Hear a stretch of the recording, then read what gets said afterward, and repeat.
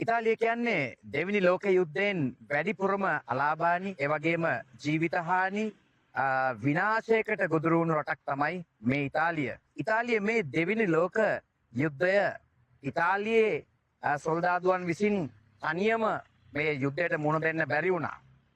ප්‍රතිවිරුද්ධ රටවල් සමග ඉතාලියට සටන් කරන්නට ලේසි වුණේ නැහැ. අද අපි මේ ෆොර්ලි නගරේ මෙම ස්ථානයට ඇවිල්ලා ඉන්නේ විශේෂ හේතුවක් නිසා. මේක ශ්‍රී ලාංකික ඔබට මට අභිමානයක් ගෙන දෙනවා මේ ඔයාලට කියන්න යන මේ තොරතුර.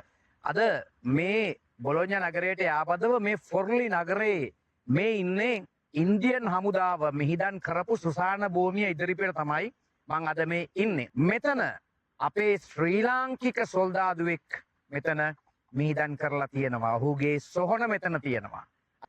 25 වෙනිදාට තමයි ඉතාලියේ නිදහස් දිනය සමරන්නේ. ඉතින් ඒ නිදහස් දින සැමරුමට අපේ සොල්දාදුවෙක් මෙතන ඔයගොල්ලෝ දන්නවද මෙතන ශ්‍රී ලාංකික අපේ සොල්දාදුවන් බ්‍රිතාන්‍යයේ සිට ඉන්දිය හමුදාව නියෝජනය කරමින් 40000ක් අපේ ශ්‍රී ලාංකික හමුදාව මේ දෙවනි ලෝක යුද්ධයට ඔවුන්ගේ ජීවිත බිලි දුන්නා. ඒ පිළිබඳව තමයි අද මේ හොයාගෙන යන්නේ. අපි මේක ලේසි වෙන්නේ නැහැ. අපි හොයමු. මොකද අපිට මේ තොරතුරු දෙන්න මට මේ තොරතුරු පිළිබඳව ෆොර්ලි නගරේ දුෂාන්ත මහත්මයා මට මේ තොරතුරු මට ලබා දුන්නා මුලින්ම. ඉතින් අද අපි ආවා මේ තොරතුරු හොයාගෙන. අපි යන් මේ සොල්දාදුවගේ සොහන අපිට සොයා ගන්න පුළුවන් වේද කියලා අපි බලමු. අපි දෙන්නම දැන් මේකේ එක එක්කෙනාව දැන් මේ ඔක්කොම බැලුවා. මෙතන ඉන්නවා දහසකට වැඩි සොල්දාදුවෝ මෙතන මිහිදන් කරලා ඉන්දියන් හමුදාවේ අය තමයි ඔක්කොම ඉන්නේ. ප්‍රේම් බදූර්, ආමර් ජංග් පූරා, පාතිලාල් පූන් ඔක්කොම ඉන්දියන් හමුදාවේ කට්ටිය ඉන්නේ. මේ හරි ඔක්කොම මේ තියෙන ජානකය අන්න හොයාගත්තා. මේ තමයි යාගේ මේක තමයි නේද? ඔව්.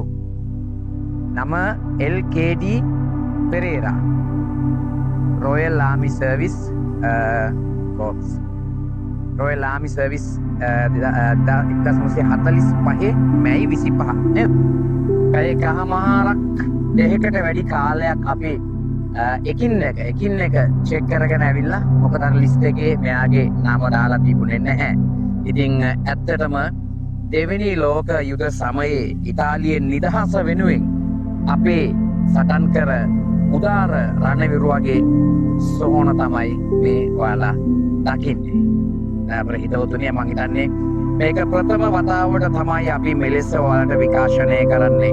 බලන්න අද පන්සලේ ආකෘතියත් එක්ක එම LKD පෙරේරා රණවිරුවගේ සොහොන තමයි මේ ඉතාලියේ ෆොර්ලි නගරේ මේ දහසකුත් සොල්දාදුවන් මිහිදන් කළ සුසාන භූමියේ ඔබ මෙලෙස දකින්න. LKD පෙරේරා අපේ රණවිරුවා. ඉතින් සමස්ත ශ්‍රී ලාංකීය ත්‍රිවිධ හමුදාවට ඒ වගේම අපේ රටට විශාල ආඩම්බරයක් අභිමානයක්. ඉතින් මේ මං හිතන්නේ මේ වන විටත් මේ පිළිබඳව දැනගෙන හිටපු නැති අයට මේක ඉතාමත්ම ගෞරවනීය අභිමානයක් ගෙන දෙන මං හිතන්නේ තොරතුරක්. ඇත්තටම මෙයාගේ පවුලේ අයගේ කවුරු හෝ ඉන්නවා නම් මං හිතන්නේ පෙරේරා කියන වාසගමේ ගොඩාක් අය අපි අතර ඉන්නවා. නමුත් මේ එදා දෙවෙනි ලෝක යුද්ධ සමයේදී ඉන්දියන් හමුදාවට ශක්තියක් වෙලා